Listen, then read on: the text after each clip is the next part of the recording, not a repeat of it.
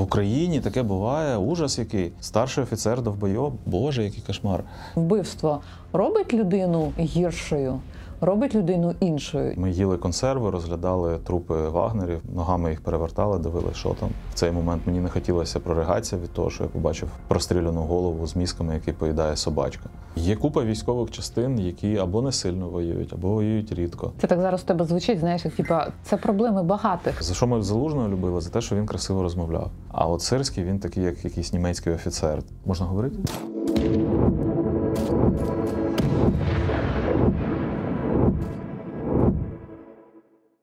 Привіт, це Бабель. Сьогодні у нас в гостях артилерист, колишній редактор Бабеля, військовий Дмитро Мрачнік. Діма, привіт. Привіт. У мене було заготовлене перше питання, тому що ми брали у тебе велике інтерв'ю з тобою. Дмитро Раєвський спілкувався в 22-му році, в листопаді. У мене було заготовлене питання, але зранку з'явилась новина. На «Українській правді» вийшло розслідування про те, як командири знущаються і вимагають гроші з військових. І була фотографія, де військовий на хресті висить, от прямо на фізичному хресті, ми покажемо це фото, а керівник на його фоні фотографується. Ми пишемось в понеділок, вийдемо в інтерв'ю в четвер, впевнена, що сьогодні і завтра будуть цілий день сперечатися військові і цивільні про те, можна так чи ні, і це вже понеслось. Але мені цікаво, от чи така картинка тебе б здивувала, якщо ти сьогодні зранку ще не бачив? Чи це в принципі для ЗСУ норма? Я б охуїв, якби таке побачив. Це виглядає як косплей якоїсь релігійної рольової гри. Щось таке. Якщо це було якесь покарання, то в таких покараннях той командир явно добре розуміється. Практикує, любить їх. Ну, я всяке чув, але це були доволі прості дії. Наприклад, п'янющого солдата посадить в яму зі зв'язаними руками, щоб він там протверезів. Тому що йому робиш зауваження перший раз, другий раз, третій раз, він все одно бухає. Ну, знову ж таки, я такого не бачив особисто, я таке тільки чув від знайомих. Я теж стикався з зловживанням алкогольних напоїв на службі, звісно. Це не те, щоб дуже часто було. В основному люди дорослі, вони розуміють, що треба просто десь перед сном чарку свою випити, і зранку ти прокидаєшся тверезий, енергійний, готовий до роботи. І ніхто не бачив. І тобто можна підбухувати, і це особо сильно не шкодить. Ну, коротше, в основному люди перебуваються так. А деякі люблять напитися і починають ісполнення. Кудись піти, до когось поїхати, ще й на транспорті, з кимось почати битися. От щось таке. Я завжди виступав за законний спосіб покарання, тому що в керівного складу Збройних сил України є ціла низка адміністративних засобів впливу. Їх там ціла купа. Можна дуже сильно підісрати людині всі її плани, фінансові сподівання і таке інше. Але знову ж таки... Наприклад, забрати все утримання? Не зовсім так. Якщо людина везеться в медичний заклад чи до військової служби правопорядку, де свідчить, що вона в стані алкогольного сп'яніння, драг-тестером отримують кількість проміле, і розуміють, наскільки людина п'яна, і виписують їй далі адмінпротокол. Після цього людина йде в суд. Зазвичай без зайвих питань людині засуджують штраф з усіма супутніми витратами – це 1020 гривень. Також сувора догана, позбавлення додаткової винагороди. Якщо ти безпосередньо цілий місяць воював, то ти не побачиш сотки. І ще й певний відсоток відраховується від грошового забезпечення. Ну, це так, як має бути, а як насправді частіше буває? Ну, це ж довгий шлях, це, знаєш, в цивільному житті суд. Ніхто не хоче йти в суд, навіть коли то є час і натхнення. Я розумію, що розп'яті на хрестах люди – це рідкість для тебе. Ні, якщо люди таким займаються... Я бачив, що роблять п'яні люди. Угу. Це приблизно те саме, що і покарання за п'янство, про яке ти розказуєш. Десь такий самий рівень садизму. Ну, це означає навіть не те, що людина трохи зловживає або алкоголем, або владою. Це, скоріше, свідчить про те, що їй кукуху треба лікувати. Ну, цій людині точно не місце на командирській посаді. Вона явно не відповідає вимогам. І таку людину треба терміново прибирати. А ти бачив сам, щоб людей прив'язували алкоголіків, людей, які страждають від залежностей різних, прив'язували до дерева. Бо мені про таке розказували не раз. Ніколи не бачив. Бачив тільки, як їх везуть на задувку, сам возив, задував. Ну і бачив, як їх прощають, вони там домовляються за щось. Типу, я відстігну бабла на спільні потреби, і мені, типу, це простять. Або там рішають якимись ще окольними шляхами. Але це, знову ж таки, теж зловживання, і це спосіб поширити на людину якомога більше влади. Тобто ти набухався, я тебе не покарав, тепер ти моя власність. Перше питання, яке я тобі хотіла задати, було інтерв'ю з тобою у нас в листопаді 22-го року. Хто не пам'ятає, там, нагадаю, це був наша наступальна операція, Харківщина була нещодавно. А ще навіть, здається, не було новин про контрнаступ. Я думала, Вже був Херсон на той момент. Так, Херсон, але ще не було про контрнаступ у цій всієї великої кампанії, але переможні були дуже відчуття у людей. Ну, все-таки це, ми зараз вже розуміємо, що це були наші останні сильно переможні такі піднесений стан. І твоє інтерв'ю мене тоді насправді якось частково надихнуло, частково заспокоїло. У тебе було кілька тез, я не думаю, що зараз ті, хто не читали, перечитають, але у тебе були кілька тез, наприклад, про те, що наша армія тримається на ініціативі, на розумних людях і на тому, що вони мотивовані воювати, бо інакше в них вибору немає. Ну, я маю на увазі, бо вони розуміють, що вони втратять, якщо не будуть. Мобілізація має бути, нічого, деякі чоловіки тікають, буває, не засуджую, у всіх свої питання, але до армії треба йти. Ми вбиваємо росіян, але не стаємо від цього звірами. Загалом, буде важко, але ми тримаємось. Але це листопад 22-го року. Зараз грудень 24-го року. Ситуація змінилась дуже сильно. Ситуація на фронті змінилась сильно. Ситуація з мобілізацією категорично інша. Які з тих тез, які я перелічила, або того, що ти говорив, тобі зараз здаються неактуальними? Одна з тез не зовсім вірно викладена. Давай. Стосовно не засуджую ухилянтів.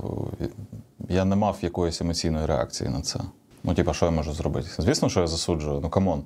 Я там ледь не здох багато разів, а ти звалюєш в якусь Угорщину, Чехію чи в Німеччину.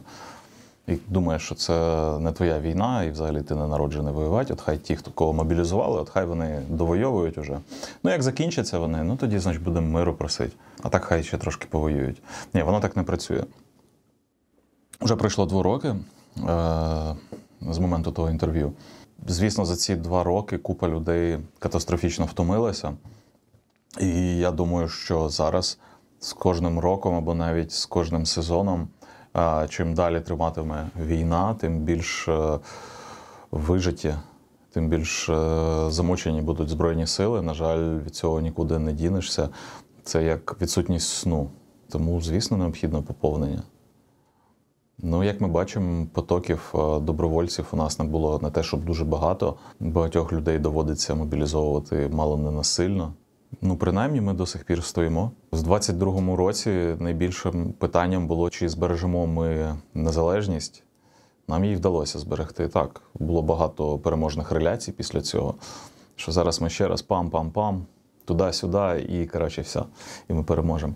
Я, звісно, не відмовляюся від цих реляцій, я переконаний, що рано чи пізно це буде.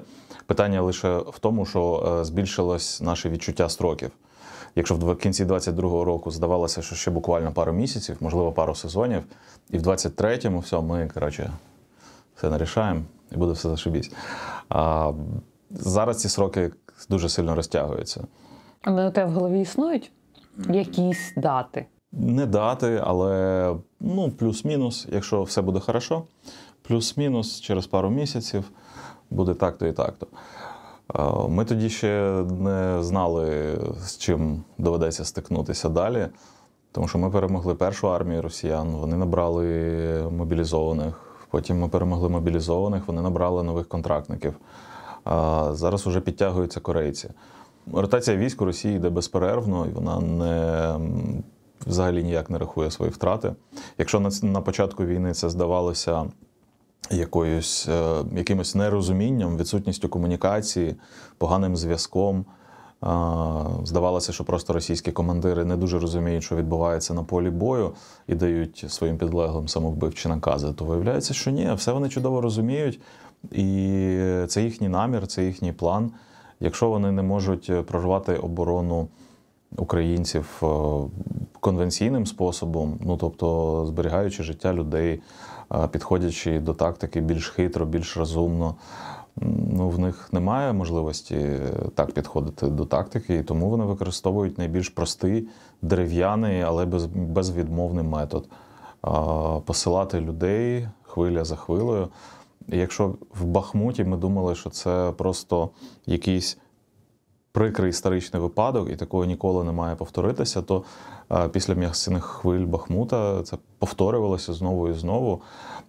Звісно, що вони навчилися воювати краще, російські командири вже не відправляють десятки людей, вони працюють малими групами, які набагато важче уразити.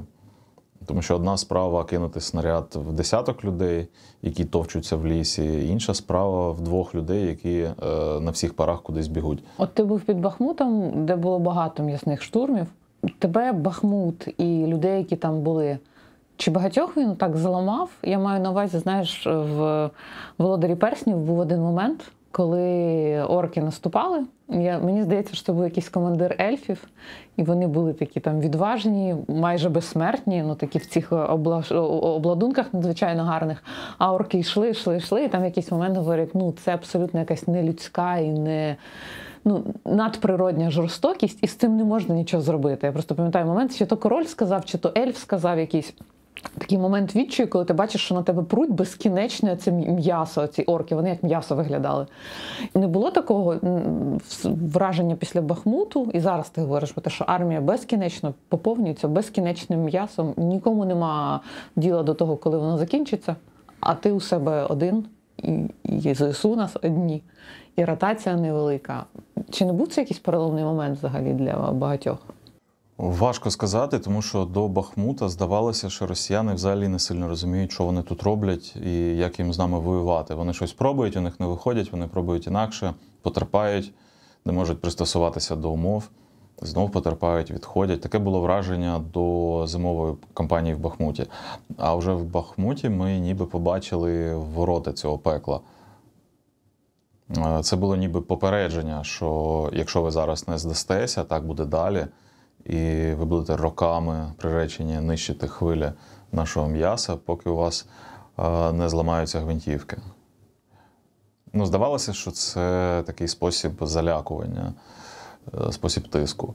Можливо, так воно і було. Хер його знає насправді. До сих пір я не можу для себе скласти картину, чому Росія воює от таким чином, а не іншим. Це не піддається ніякому логічному поясненню. Ми можемо пояснити кожну дію російського командування з 10 причин, відштовхуючись від 10 якихось заключень, і жодна з них не буде на 100% вірна. Чому вони обстрілюють цивільну інфраструктуру? Мова зараз не про електроенергетику. На початку війни чому вони гатили по будинкам в Києві, по житловим? От для чого вони хотіли це зробити? Щоб ми злякалися? Ну, якось дивно. Да, багато хто злякався, але це не був переляк, після якого йде здача в полон. Це був переляк, після якого наступає ненависть. От чому вони це робили? У них були застрілі карти, на яких були якісь інші об'єкти. Ну, камон, не може такого бути. У них суперобладнання, у них є комп'ютери, доступ в інтернет, все у них є, вони все чудово розуміють. Але навіщо вони це робили? І так можна казати про будь-який їхній воєнний злочин. Ти не знайдеш причини, чому вони так робили. Я думаю, ми будемо на 100% впевнені тільки коли ця війна закінчиться і закінчиться розгромом противника. Тоді у нас буде доступ до перевіреної інформації, чому вони чинили так, для чого вони взагалі це робили. Бо якби вони вели війну за правилами, я думаю, це було б набагато більш спокійно і шляхетно навіть в якійсь мірі. І місцями навіть трохи весело. Це було б якесь змагання, так, смертельне змагання, але все ж відчувалася б якась повага ворогів один до одного. А коли ворожа армія не те, що не вважає за потрібне діяти за традиціями війни, за правилами і конвенціями, вона взагалі не вважає, що якісь правила її стосуються. Вона просто хоче витерти саме поняття українства. У нас є журналістка, яка дуже-дуже так активно займається темою міжнародного права, МКС. Зараз вона в Брюсселі, в Гаазі, буває, я шуткую, частіше, ніж в редакції. І вона його дуже лобіює. Вона дуже великий захисник міжнародного права. А ми думали написати статтю про те, як воно дуже давно знаходиться в кризі. І щось ми копали, виходить, воно знаходиться в кризі приблизно з того моменту, як воно з'явилось. Тобі не здається, що те, про що ти зараз говориш, це якраз така, знаєш, журналістська, історична штука. Так історики можуть мислити. Але коли ти казав в попередньому інтерв'ю про те, що війна – це коли одні чоловіки з палками приходять, стають і кажуть, тепер це наша земля, спробуйте нас звідси вибити, забираючи її у когось іншого, то взагалі оце все міжнародне право, ці всі правила, вони дуже заважають оцій простій матриці війни. Ти маєш прийти, всіма засобами викинути людей, завоювати територію, стати і більше нікого не пустити. Або інше питання, всі ці правила треба слідувати цим правилам, і якщо ти за це щось отримаєш в цій війні. А от якщо ні, тоді питання... Так, дійсно, через те, що ми слідуємо правилам, виходить, що ми ідіоти. Ми отримуємо допомогу і співчуття. Росіяни, слідували б вони правилам чи ні, вони б не отримали допомоги і співчуття. Тому що вони агресори, і навіть якщо вони по-лицарськи фехтують з іншою рукою за спиною, то все одно ніхто не буде підтримувати агресора нашого. Та у нього ще ядерна зброя є, нашого його підтримувати. Тому я думаю, це такий спосіб економії. Вони просто економлять оцей ресурс, їм все одно не потрібна ніяка допомога. Якщо їм хтось і буде допомагати, то такі самі монстри, як і вони. Угу. Іран, Північна Корея. Ну і виходить, що ми граємо, знаєш, ми граємо, як я люблю повторювати фразу, якщо ти сідаєш за стіл з шулерами, ти або не сідай, або порушуй правила. Ну, інакше ти просто ідіот, який сів програти. Мені часто здається, що ми от так граємо, і я не говорю про те, правильно слідувати міжнародним і Женевським конвенціям чи ні, а про те, що слідуючи правилам, ми дуже багато втрачаємо. І питання в тому, що це вже не гра просто про те, давайте бути цивілізованими, а може ми в якийсь момент дійдемо до того, що, можливо, ми не виживемо, якщо будемо так робити. Штука в тому, що граючи за правилами, ми досягаємо своїх цілей. Тобто, якщо ми будемо розстрілювати цивільне населення десь на російській території, це нам нічого не принесе з точки зору як політики, так і безпосередньо війни. Ну от ми вбили, допустимо, 1000 людей цивільних, помстилися. І що це нам дало? Це нам ніякої переваги не дає. Коли ми працюємо за правилами, ми складаємо цеглинку до цеглинки, до певних стратегічних цілей. Ми будуємо мур десь, або десь ми будуємо укриття.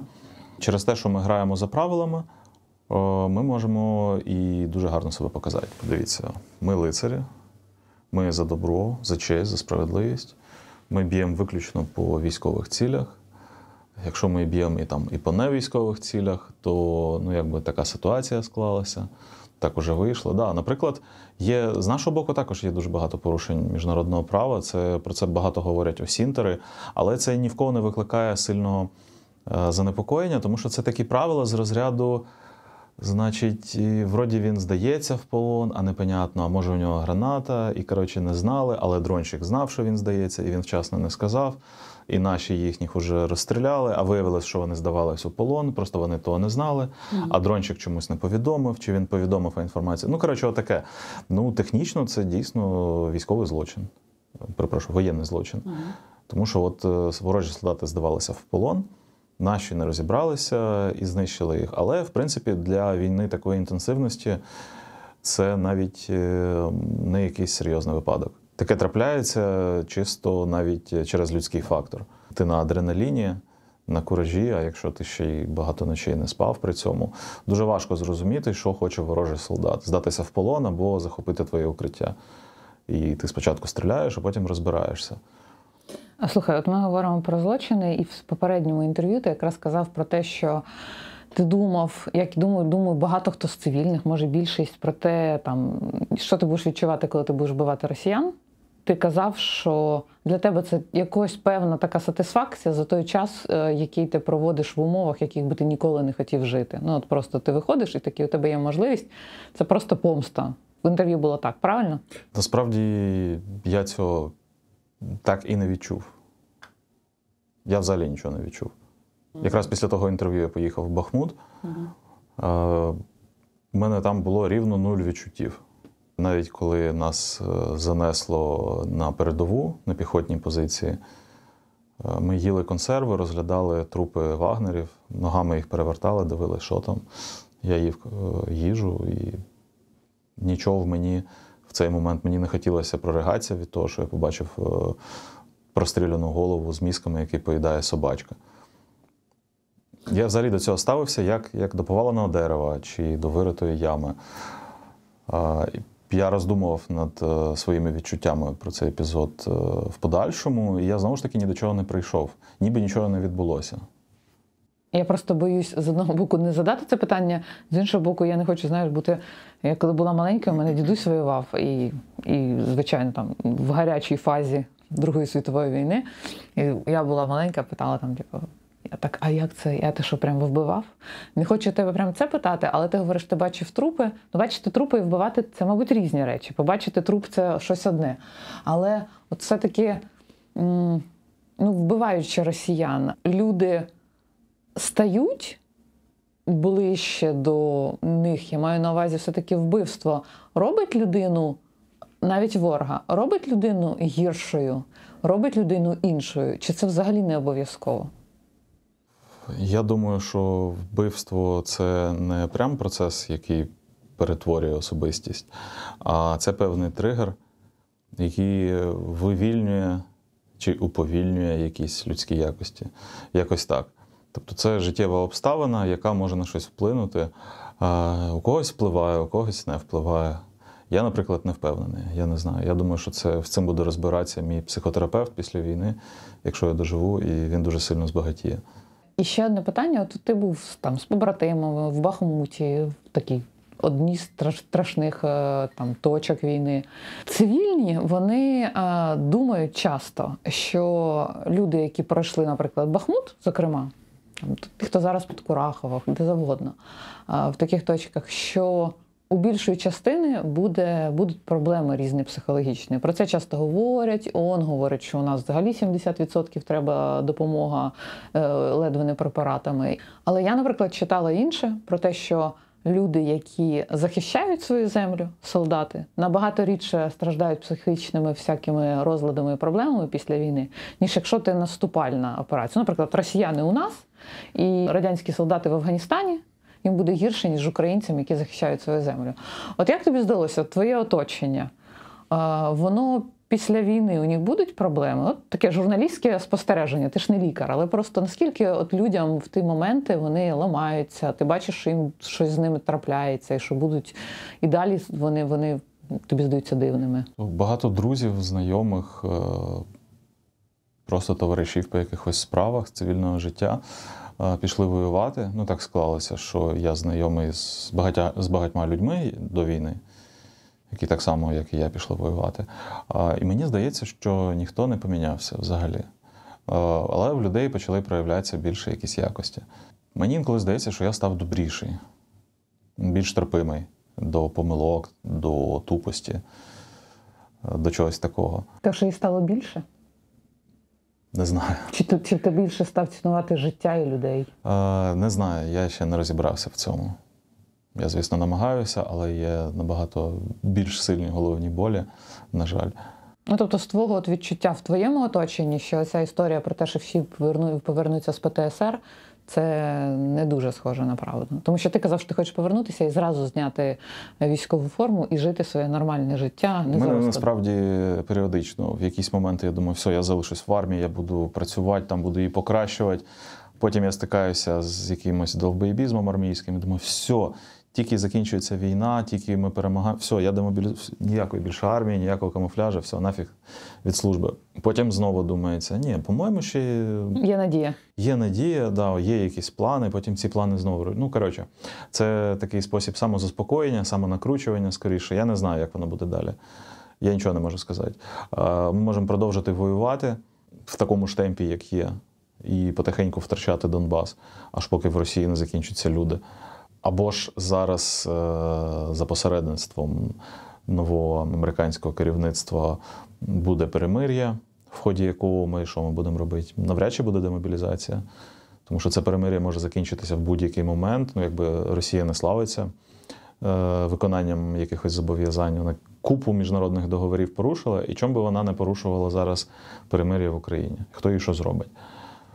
Ти віриш в те, що це можливо? Ти віриш, що от воно, Чомусь щось багато людей думають, що Трамп реально сказав, що буде перемир'я і буде перемир'я.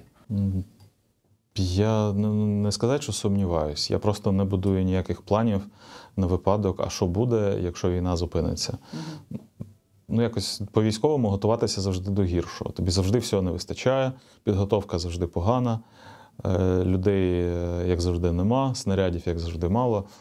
Тобто виходити треба з того, що доведеться нам в такому ж темпі воювати і далі. І навіть якщо ми уявимо, що буде перемир'я, нікого не відпустять додому, тому що загроза війни нікуди не дінеться. Росіяни будуть на своїх позиціях, ми будемо на своїх позиціях. Ти думаєш, прямо в таких масштабах, як зараз, залишать на позиціях? Я думаю, що так. Да? Просто обидві сторони будуть готувати резерви для прориву. Обом сторонам доведеться отримувати чинні позиції. Навіть якщо буде заборона артилерійського вогню, по-любому будуть працювати дрони, які важче зафіксувати. Ну, тобто перемир'я – це ж насправді не стільки джентльменська домовленість, ударили по рукам, все, ми один одного не чіпаємо. Це більш дипломатичні жести і формальності. Тобто, коли було перемир'я після мінських домовленостей, приїжджали емісари ОБСЄ, шукали військову техніку, їх ховали від них. Ну, але все-таки шукали порушення. Але інтенсивність бойових дій була значно менша. Інтенсивність бойових дій значно менша, тому що гармату ти так легко не сховаєш.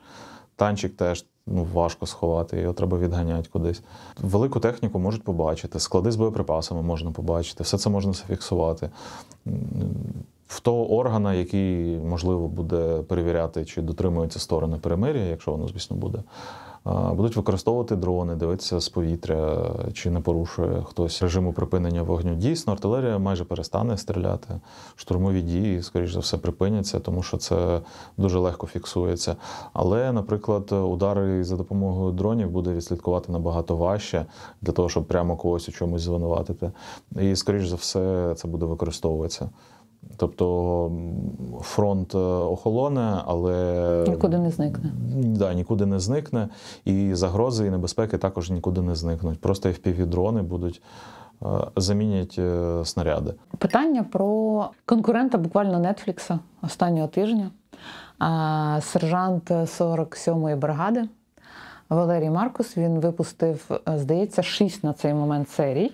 Але дуже чекають цьому. Здається, перша серія вже набрала майже 1 мільйон переглядів. Якщо коротко, він розказує про те, як там формувалась 47-ма бригада, як вона функціонувала, чому вона працювала не так, як задумувалось, чому ідея зробити все не так, як в армії, провалилась, тому що виявили, що це в армії, і про те, що командир був... довбойобом, мабуть. Це все до цього ведеться в цьому фільмі. У мене 2 питання. Чи є щось в цій історії, що тебе справді вразило? От якийсь момент, елемент, чи якась там, можливо, тенденція? Скоріше, мабуть, якась дрібниця. І що тебе не вразило? От подивившись 6 серій. Як сказати, я не побачив в цьому нічого дивного, в тому сенсі, що щось подібне я теж бачив. Чув від інших людей, хто бачив, щось відчував на собі з того, що він розповідав. Тобто, в принципі, нічого кардинально нового, через що б я б сказав: о Боже мій, таке можливо, таке не може бути. В Україні таке буває, ужас який. Старший офіцер довбойоб, Боже, який кошмар.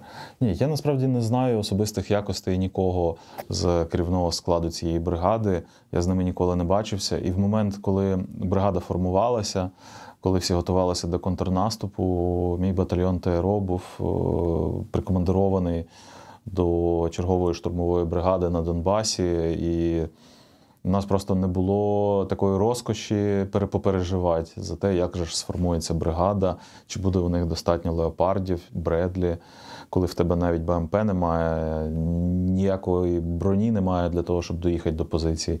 Ти їздиш на пікапах, пікапи підбивають. Це так зараз у тебе звучить, знаєш, як типа це проблеми багатих. Да, типу, вони там з жиру бісяться, а чи будуть в них леопарди, а у нас навіть Т-64 ніколи не було.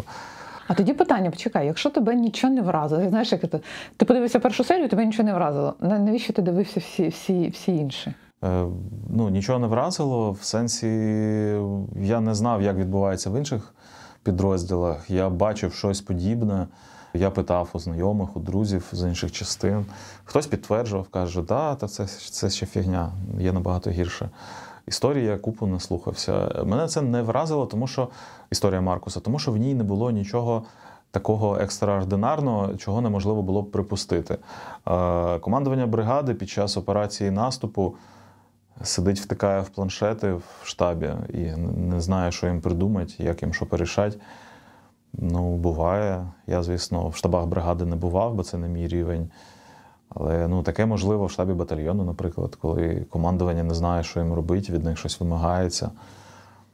Цілком можливо, і таке бувало в багатьох частинах. Або коли операція не йде через якийсь критичний прорахунок, а її все одно намагаються проштовхнути, от як квадратне в кругле запхати. І воно не виходить, і тільки потім, уже після численних жертв, стає зрозуміло, не треба було сюди заходити. Наприклад, був випадок, коли танкісти з суміжної бригади обстрілювали наші піхотні позиції. Навіщо вони це робили, не зрозуміло. Ми встановили, звідки вони стріляють, з ними зв'язалися, їм кажуть, не стріляйте, там наші, а вони кажуть, а у нас наказ. Нам наказують стріляти. Наші кажуть їм, так ви позвоніть своїм і скажіть, що не треба туди стріляти, відмініть цей наказ, там наші. Вони так зробили, їм сказали, у вас є наказ, працюйте, не зайобуйте. І вони продовжили працювати. І зрештою поранили кількох і вбили одного нашого бійця. І аж потім, коли усвідомили, що вони наробили і що їм за це буде, вони швиденько прибралися. І хер його пойми, чому їм давали такий наказ, чим думали їхні командири, чому не було взаємодії. І це одиничний випадок, це на маленькому відтинку фронті, там від 500 метрів там, до 2 кілометрів. А фронт набагато ширший, і я поняття не маю, що відбувалося в інших його частинах. Можливо, такі помилки – це дуже поширене явище.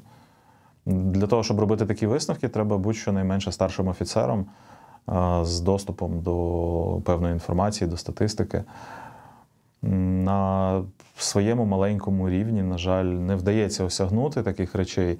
І тому, коли Маркус розповідає про невдачі і проблеми 47-ї бригади, це, звісно, цікаво, тому що це досвід іншої людини. Здавалося б, це сухопутні сили, це елітна бригада, в сенсі, що у неї буде західна зброя, у неї будуть люди займатися військовою підготовкою в країнах НАТО. Всі вболівали, що от будуть такі бригади наступу, і вони там всім роздадуть пиздов на фронті. А от вроді як воюють так само, як і будь-які інші підрозділи. Тільки в них краще постачання, там, краща бронетехніка, краще все інше. Звісно, було цікаво послухати, зрозуміти, як це відбувається в бригадах такого рівня. Тому що там, скажімо, є занюхане ТРО зі Жмеринки, у якої там мало чим можна похизуватися в плані постачання. Там добре, якщо міномети будуть. Це вже, значить, можна протягнути. А буває такого, що нема певного озброєння, тільки стрілецькі роти, і що ти багато з ними не воюєш. Так, це його історія не здивувала, тому що було очікувано, що Збройні сили – це доволі консервативна, доволі інертна організація, в якій для того, щоб були якісь серйозні зміни, потрібна не лише просто воля багатьох десятків тисяч людей, якийсь громадський запит, а потрібна політична воля для змін.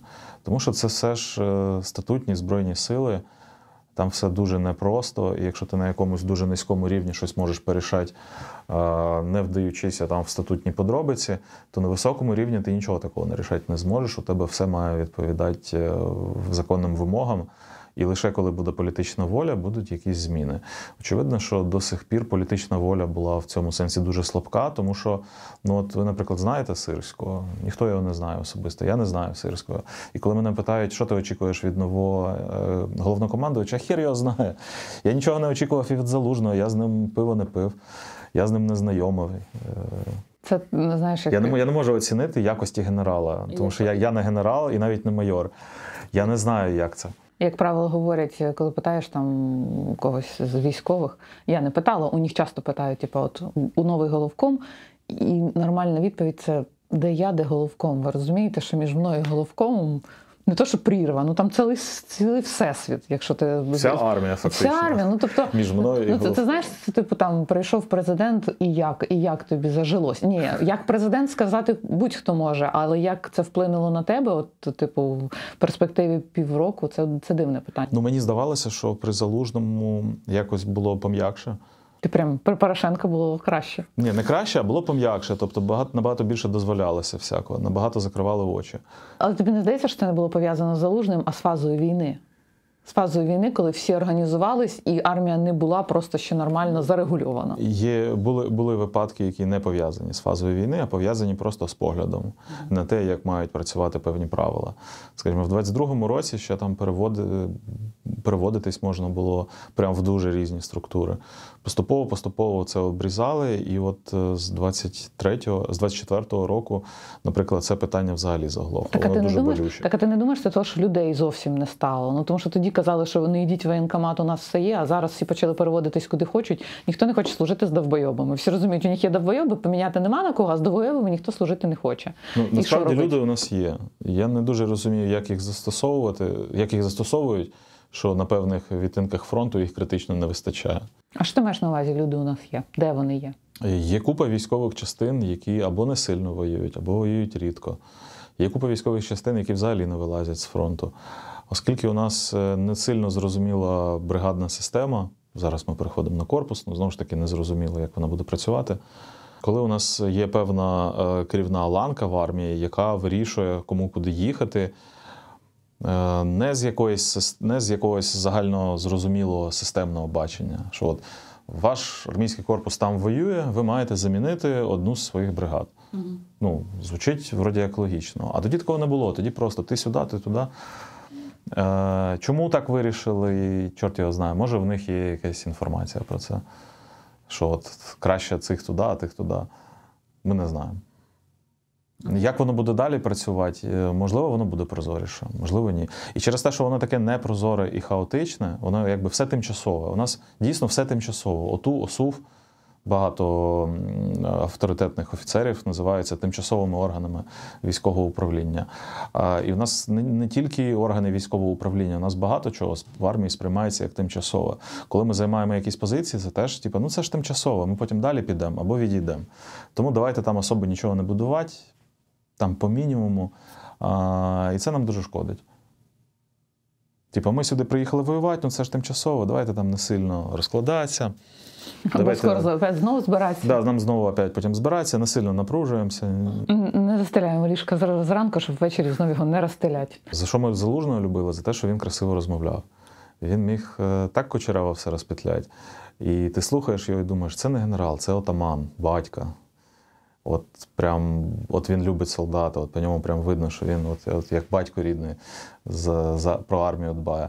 А от Сирський, він такий, як якийсь німецький офіцер, такий з піднятою головою, з розправленими плечима, такий весь строгий, такий суворий.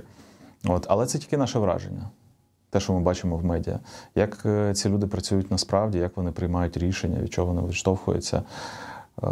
Ми дізнаємося або з мемуарів, або якщо дослужимось до відповідних посад. Я боюсь, що з мемуарів ми не дізнаємося правду.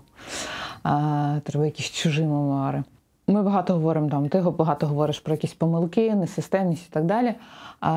Зараз найбільше, мені здається, армію критикує депутатка Мар'яна Безугла. Вона прям на піку атаки, і у неї є така цікава, не цікава, а така стала теза про те, що в армії проблеми, тому що є старі генерали, не готові змінюватися, змінювати підходи до війни, вони вбивають людей, вони не вміють воювати ефективно, вони не сучасні і так далі. І ці старі генерали – це такий військовий ейджизм, це насправді часто і стосується людей, які хоча б за 40. Але я іноді чую, що насправді ж мова не про вік, що молоді командири довбойобами бувають не рідше. І наша військова освіта, вона не робить з людини гарного командира. І якщо тобі 25, то ти не передовий. Ти можеш бути просто без досвіду тупий і жорстокий. І от мені цікаво, наскільки це правда. Чи якщо ми приберемо всім 45-50 і поставимо 35 чи все у нас стане добре з того, що ти бачив? Ну, щось стане добре. Наприклад, поміняється середній офіцерський смак в музиці чи в одязі. Можливо, там стиль мовлення поміняється. Там традиції порушувати щось одне в угоду чомусь іншому поміняється. А чи зміниться якісна армія? Ну, я сумніваюся, що якщо просто поміняють людей з зрілих на молодих, то щось одразу стане краще. Можливо, стане комфортніше працювати молоді серед молоді, але не факт, що це принесе якусь військову вигоду. Питання про міни. Ти мінометник, міни, мінометник, розслідування. Було нещодавно великий скандал стосовно того, що на фронт завезли неякісні міни, браковані. І мені цікаво, насправді, тут багато питань, але цікаво і зараз, які масштаби цієї проблеми, тому що влада говорить, що це дуже малий відсоток самої партії бракованих мін. Але мені цікаво, а взагалі було таке раніше? Бо, знаєш, у журналістів так часто буває, ми щось вихоплюємо з контексту і здається, ого, так вчора сталося неймовірне, а виявляється, що воно сталося позавчора, 3 роки тому, але ми дізналися тільки про вчора. Були проблеми з мінами? Були проблеми, що і не давали міни просто. Не давали, це більш зрозуміло. А от браковані міни? Так, було в 23-му році, в 24-му році. І в 23-му? З таким стикався, так. І що це за міни? Чому вони не спрацьовували? Були міни 82-го калібру. Чомусь вони, це якби відновлені болванки з радянських запасів, якщо я не помиляюся, з новою вибуховою речовиною, і вона була нетипова, нестандартна, трошечки інший хімічний склад, і ще й його недостатньо доливали. А як ви це все дізнались? Ви розкрили її? Ми просто помітили, що міни не вибухають. Просто ми не бачимо розривів. Ми вже перевірили всі прицільні пристрої, вивірили геть усе. І ми маємо попадати в певну точку, але вибуху там немає. У нас досвіду на той момент ще не настільки багато було. Ми почали розкручувати міни і розуміти, що там просто не вистачає вибухової речовини для того, щоб відбулася якісна детонація. Ми почали туди доліплювати самостійно. Так робити не можна, це не за правилами. От тобі дали боєприпас, ти маєш його обвісити тим, що до нього дали, і стріляти. А якщо воно не працює, треба щось там розколопати, поміняти, то це заборонено. Бо якщо щось станеться, хтось крайній має то бути. відповідати буде хтось з вас. Так. Але якби ми цього не робили, ми б взагалі не стріляли. Ми намагалися їх здати, і там навіть справу відкрили. І розслідування було, і людей на допит викликали. І вроді там навіть засудили до чогось постачальника, і він чи то мав переробити, чи то... Коротше, далі я вже не знаю, чим це закінчувалося, але чомусь нам прислали все, що ми здали, назад. Ми спитали, так чого ви нам їх даєте? Ми ж їх віддали, вони браковані. Кажуть, а інших нема. Це і довелося, розслідування? Після розслідування довелося модифікувати ті боєприпаси. Це прям ті самі вам прислали, з тим самим браком? Так, з тим самим браком. Потім були 120-мм міни в цьому році, які теж не вибухали, і теж їх розкрутили, і помітили, що там знову бляха-муха не досипали вибухової речовини. І доводилось доповнювати їх для того, щоб відбувалася якісна детонація. І стільки варіантів вдалої бойової роботи було запорото через те, що ці міни не вибухали. Вони тоді були нові. Ми розраховували, нова партія приїхала. Ми не очікували, що будуть якісь проблеми. Починали стріляти, бачили, що немає вибухів. Артилеристи, коли бачать, що щось не вибухнуло, вони спочатку шукають проблему в собі. Можливо, десь прорахувалися. Починають перевіряти всі розрахунки, всі циферки звіряти. Розуміють, що то все правильно було. А чого воно не вибухнуло? Давайте розкрутимо наступний боєприпас. Хопа, а там чогось не вистачає. Тому він і не вибухнув. І ви знову докручували? Так, доводилося знову докручувати. Як ти бачиш закінчення війни з точки зору всіх своїх історичних знань. Я маю на увазі, ти говорив в інтерв'ю, що не треба дивитися на росіян з точки зору логіки, бо якби ми дивилися з точки зору логіки, ця війна не почалась от в такому вигляді. Але, тим не менш, як тобі здається, вже там на 3-му році війни, як ця війна може закінчитися? Я, в принципі, з ходом цієї війни дедалі більше втрачаю відчуття логіки історичного процесу. Він геть не слідує якимось правилам. Можна тільки ретроспективно сказати, ага, бачите, це було логічно, тому вони вчинили так-то і так-то. А в моменті ти просто робиш вибір, і ти не знаєш, що за ним послідує. Ти можеш зробити якийсь прогноз, відштовхуючись від якихось даних, а потім вони виявляться неправильними, і твій прогноз розсипеться, і дійсність буде зовсім іншою. І в живому режимі ми просто приречені робити вибір, сподіваючись на щось. І лише коли все це закінчиться, і якісь люди будуть досліджувати війну, вони скажуть, ага, бачите, ось це було логічно. Зараз, принаймні у мене особисто, дедалі менше якоїсь надії на розум. З боку росіян? Взагалі, з боку історичного процесу. Тобто людство кудись рухається, і ми всі як чомусь були впевнені, що ми всі рухаємося до чогось кращого, до світлішого, до добрішого. Колись це була республіка, потім це став комунізм, потім ринкова економіка, якісь такі от сподівання на світле майбутнє. І навіть до війни у нас було якесь сподівання, що от ми зараз вступимо в Європейський Союз, почнемо розвиватися, заживемо. А потім відбувається отаке.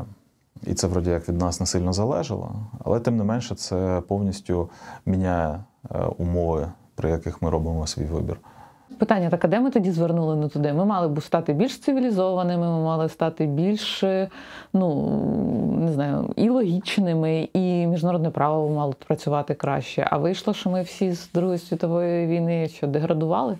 Я думаю, що люди починають вірити, що ми кудись ідемо, до чогось кращого, коли створюється така от собі цивільна релігія. Міжнародне право, наприклад. Це коли всі вірять, що воно працює. Цивільна релігія, це цікаво. Як тільки всі перестають вірити в те, що вона працює, воно і перестає працювати. Так само, як гроші. Вони мають цінність, поки інші згодні використовувати ту чи іншу валюту. Як тільки вони втрачають можливість її використовувати, валюта катиться в тартарари. От у росіян, наприклад, проблема через обмеження платежів, вони там рупії отримують від Індії, не знають, що з ними робити. Вони їх не можуть ні на що поміняти, або можуть, але мало. Коротше. А це якийсь початок тоді світової поломки? Просто хочеться мені, я історик, і мені хочеться розуміти, якщо це не закономірність, то далі вже закономірностей не буде, щось зламалось. Я думаю, що ми зараз можемо сюди приплести цикли Кондратєва з економічним зростанням, економічним спадом і соціально-психологічними наслідками того чи іншого циклу. Це теж можна приплести. Можна соціальну психологію приплести, діалектичний матеріалізм навіть при бажанні. Але ти не задаєш собі ці питання, бо тебе є чим зайнятися. Зараз так, я не задаюся цим питанням, тому що воно може тебе заспокоїти, але воно зараз, відповідь на ці питання, воно зараз не дасть тобі довготривалу ілюзію зрозумілості.